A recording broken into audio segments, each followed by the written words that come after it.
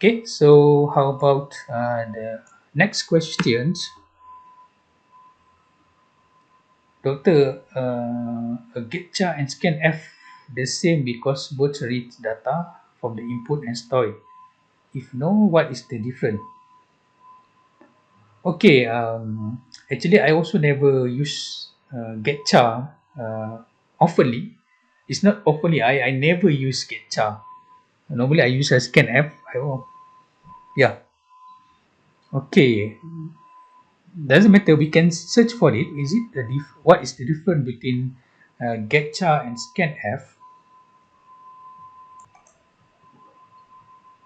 Okay, you can try to google the issues there, because I never use getcha, because it's very rare to use getcha, because scanf is more than that. Okay, if you go to the any discussion what is the difference between scanf and getcha, for scanf actually it will process the whole thing, anything you type after the scanf. Okay, when you execute the scanf, it required the user to key in something.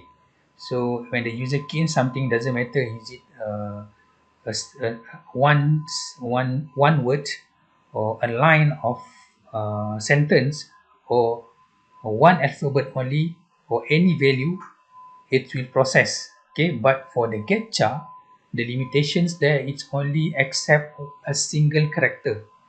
Okay, so of course that is why getcha is quite not so common or so popular as compared to scanf, because scanf can be used in many way, or in many application, because of course in many application you need text, or you need to type something. Okay, you need to type a longer text to be keyed into the computer, or you need to type uh, okay, it acceptable to, for scanf, you can have a single data like one numbers, or you can also type one alphabet like C or A or B. You can also type a word, okay, any word, single word, or you can also type uh, a sentence of or a line of sentence, or a sentence itself. So of course that is why scanf can have a lot versatile of a lot several different format to be to be accepted in that scanf function. Okay, so but for getcha, it's only limited to single character. So like this one, um, you can see in these examples.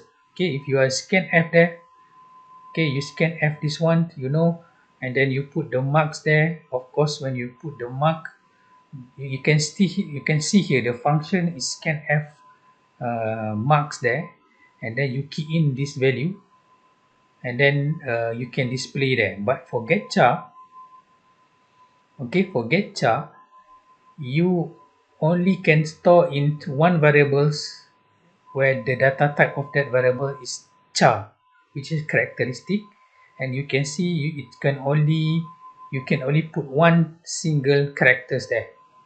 Okay, but you cannot, okay, only single, you cannot put more than that. For this example, you have two character there, 7 and 6.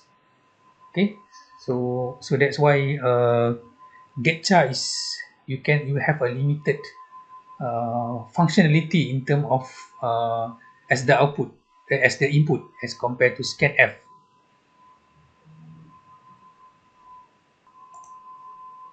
Okay, then it's also some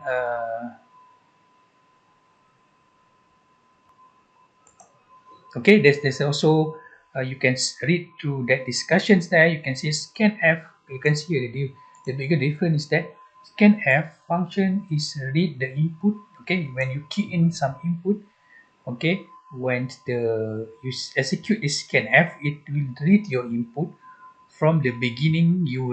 Okay, from the beginning you write up until the scanf encountering the white space or new line, meaning that if there's a new line or enter, or is there any uh,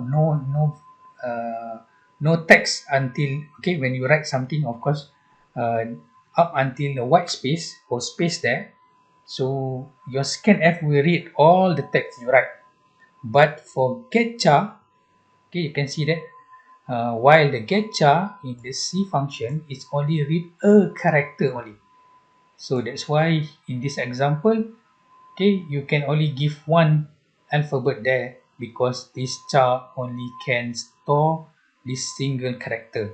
But this one, regardless, okay, print scan f over here, okay, regardless is it a number, is it an alphabet, and so on, you can write longer saja. Okay, you can write one. If you talk about alphabet, is you can write a single alphabet. You can write a word. You can also write a sentence.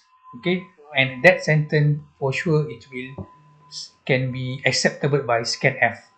Okay, by getchar is only limited for a single character only. So that's why it's not so popular as compared to uh, scanf.